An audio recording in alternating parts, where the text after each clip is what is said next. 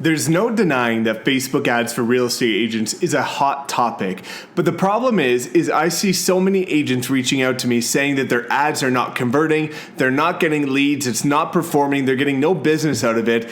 And that's just simply wrong because you should be. Facebook ads are one of the most powerful aspects of generating online leads in today's market, and it's such an effective tool if you know how to use it properly. So in this video, I'm gonna share with you the top 9 mistakes almost every real estate agent makes with their Facebook ads to make sure that you start running ads that actually convert.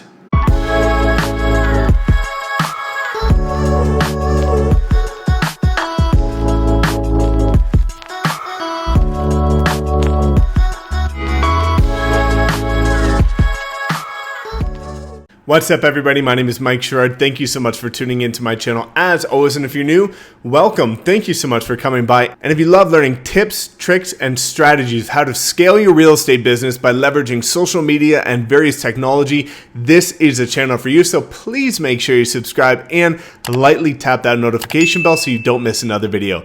Anyways, as mentioned, I want to share with you 9 huge mistakes that most people make with their Facebook ads. I know a lot of real estate agents out there are trying their hand at Facebook ads, but also the vast majority of them are struggling and not seeing any results. I constantly get people reaching out to me saying, Mike, I tried to run Facebook ads, but I got no leads, or I'm not getting any results, or I'm not getting the exposure that I'm hoping for, and then they quit.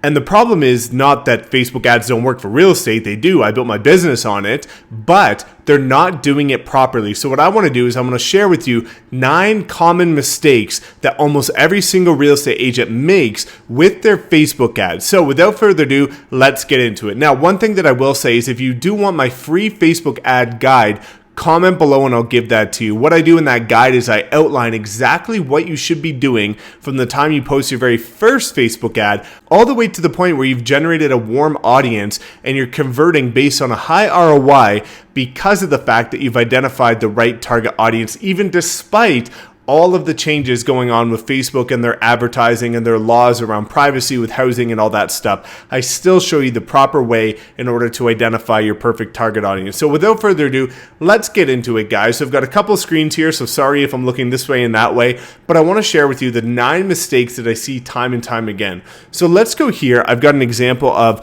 what an ad would look like for one of my properties. This is a property that I sold earlier this year, a beautiful brand new, duplex. That's why you see the lights off on this side, because it's only one half that we listed. But it was a gorgeous property, 1.2 million. So this is what an ad would look like for this type of property. You can see here that with the ad, I started off by using some large text. So I used capitals in order to, draw attention that it's just listed.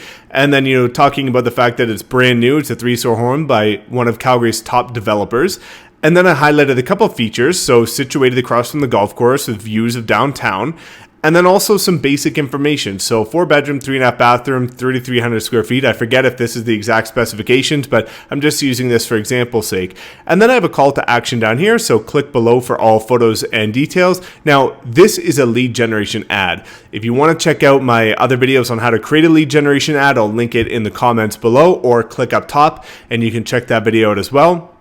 And then I've got a bit of a heading down here, so a headline, just listed views of downtown and the golf course. Okay, so let me talk about what most people do wrong with their Facebook ads. Okay, the first thing that I see so many people do wrong is they actually include the list price. And here's the thing, if you include the list price, oftentimes that just deters people because either it's within their budget or it's not within their budget. And the problem with that is you might be saying, well, Mike, don't you want to get leads that know exactly what they're getting into? Partially. You want to generate interest, but what you also want to do is make sure that you're generating as many leads as possible. Because if you get a lead for this $1.2 million property and maybe their budget's only $700,000, you can take that lead and go help them find a $700,000 house. If they're looking for a home that has, specific interior features that this doesn't have, that's okay. You can help them go find that perfect house. You want to get as many leads as possible, and you can do that by following up with somebody that might not have this as their criteria. but you just want to generate the damn lead, okay? And so many people are trying to get the very specifics, and they're deterring so many people away that otherwise they could have helped buy a different type of property. So if you put the price in here, that is just a huge no-no. You don't put the price, because what you want to do with these ads is you want to give them enough information to pique their curiosity, but you don't want to give them too much information to the point where they can make their own decision of whether they want it or not. You can do that by the follow-up, and you can start to convert them based on that and help them find something that is a good fit. But if you give them all of the information right there in your ad, they have no reason anymore to click on your ad. So that's why so many people aren't getting leads. So number one is do not include the list price. Number two is including too many photos. So let's go up here and I'll show you what I mean by that. You can come up here and I just have a single image, but let's say we want to use a carousel because we want to show a couple of different photos, okay? So we're going to go over here and we're going to use carousel, and you can see here that, once this loads, we've got, 3 options here, and we can choose a bunch of different photos if we want. So what we'll do is we'll come over here and we're going to select a photo, okay? So we'll select this photo. Okay, so we've got one photo there. We're going to come by and I'll select 3 photos so I can show you exactly what I mean. Sorry, sometimes this takes a bit of time when we're screen recording to actually, fill out here, but let me show you what I mean. All right, so we'll come down and we'll find exact same photos of this property. So here we go. Here's this property. I'll have this photo and I'll show you a third photo. So we'll come over here and we'll just, include another exterior photo. We use the one that is showing that it's backing onto a golf course as well. I seem to get a lot of properties backing onto golf courses. But let me show you what I mean. Okay, so now that this is loading, we've got 3 different property photos. Okay, so we've got this first exterior photo here showing the front. We've got the second exterior showing the back. And then we've got the third exterior photo showing the back view, which is great. And one thing you can see is these are all high quality, very good photos taken by professional photographer. But I'm showing 3 photos. And one of the mistakes that almost every agent makes is they show all of the interior photos too. They're showing the ensuite, they're showing the master, they're showing every single part. Because here's the problem.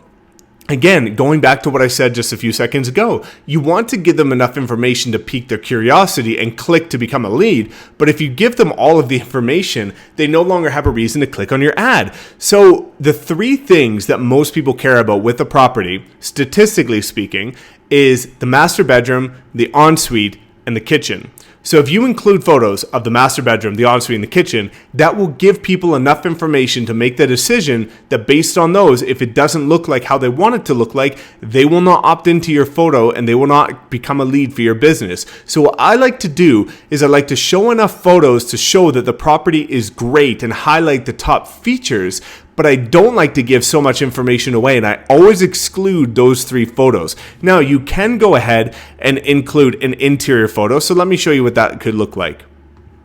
So what we'll do is we'll come over here, and I'll upload one more image, and we'll look at this photo here, okay? So let's maybe choose this photo. So this photo is a beautiful interior photo showing that, it's got gorgeous vaulted ceilings and it's very nicely kept and it's got good flooring and it's got the features that somebody would care about, but it's not giving away so much that, again, they're not going to become a lead. So including too many photos is super detrimental and something, again, that you need to be mindful of because you want them to convert as a lead. Now, one of the other things, number 3, is the quality of photos. So let's go back up here to one single image, okay?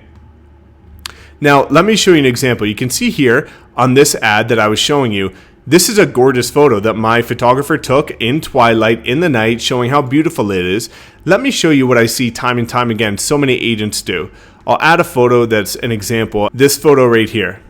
Again, I just pulled this off of Google, but I see this all the time in my city and with other people that are engaging in my Facebook groups that are asking their feedback for our ads.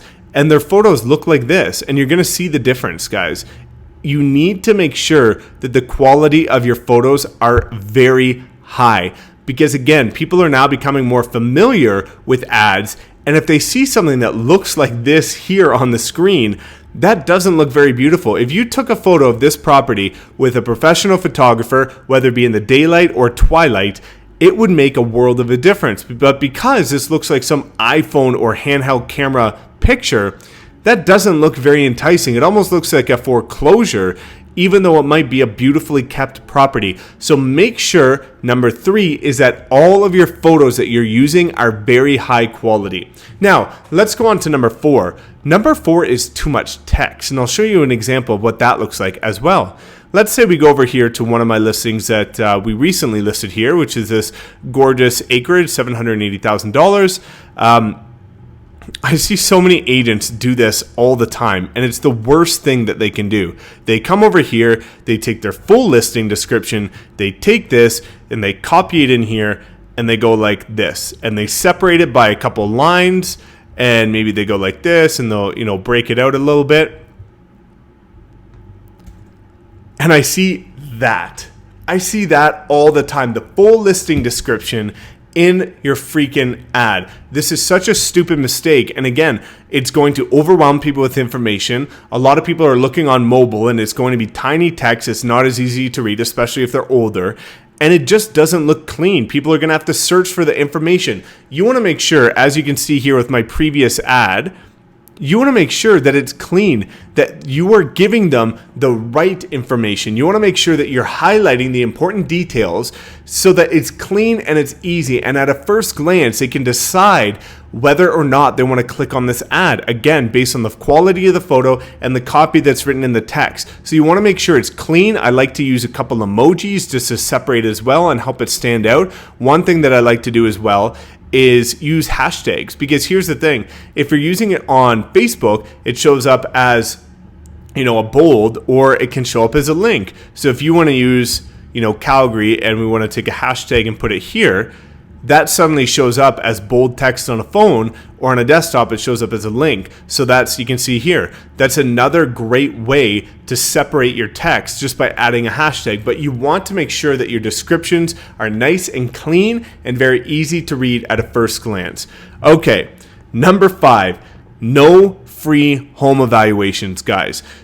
The 5th mistake, and this is one of the most important mistakes, is real estate agents fall victim to creating ads that is valuable from their perspective. But what they're not thinking about is what is valuable from the public's perspective. So you see all these real estate agents running ads about free home evaluations. Nobody cares. You've never had to pay for a free home evaluation in the history of property ownership. So the fact that you're running ads and wasting your budget on a free home evaluation when everybody knows it's free does not provide value to anybody in the world. So there's no reason for people to click, because they can call up any agent in their city and they're going to be getting a free home evaluation. So stop running ads that aren't providing value. You want to be providing value to people, whether it be custom lists of properties, coming soon properties, buyers and sellers guides, new build, pre-build sales, anything like that. You want to make sure that you're providing Facebook ad value to people, which again will give them some excitement on clicking on it.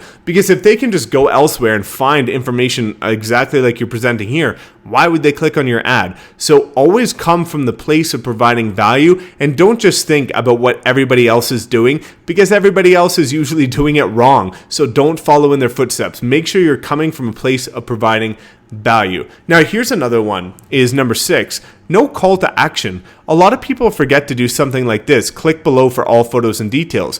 Yes, you can have the call to action down here for learn more. Some people leave that out, which again is ridiculous, but you want to make sure that in the actual text, you have some sort of call to action to prompt them in order to click more. Something that I'll do as well is I will do this. I will come down here and let's say we're here.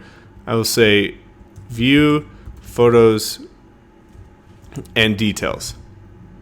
I'll put an arrow, and then I will have a link here to my landing page, where again, there's another call to action, so they can click down here. I'm telling them to click below to view all details to become a lead, or I will include a separate shortened link that takes them to the exact same place, the exact same landing page, but it's another call to action, just trying to drive their attention and guide them to exactly what they're supposed to be doing, because some people just simply don't know. They're not familiar with Facebook, if they're not familiar with ads, they'll look at it, they'll wonder what to do. But if you guide them and you give them a step-by-step process of what they should follow in order to get the information they're looking for, that's what's going to help you ultimately get a more high lead conversion, okay?